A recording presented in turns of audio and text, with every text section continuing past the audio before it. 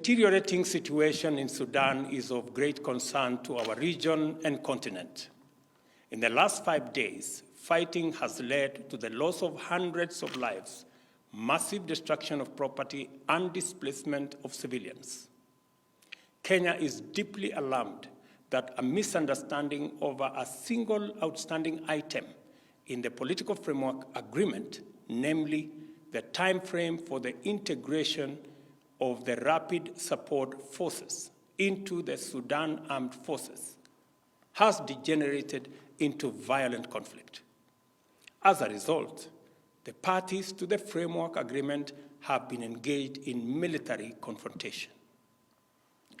The indiscriminate deployment of lethal power and air power by both RSF and SAF has targeted military and non-military targets, causing devastating damage to property as well as strategic public infrastructure, including roads, bridges, and airports.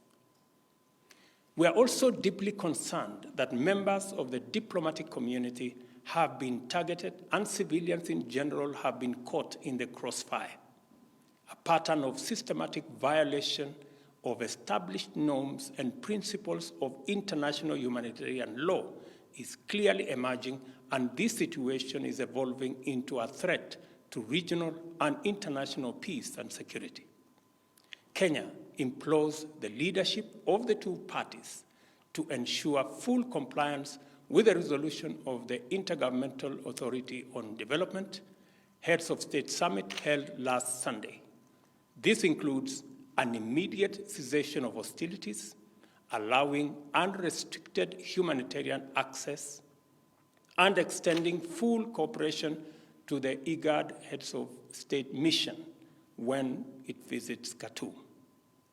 The outcome of these engagements and evidence of cooperation from the two parties will be crucial to the resumption and conclusion of the negotiations on the political framework agreement.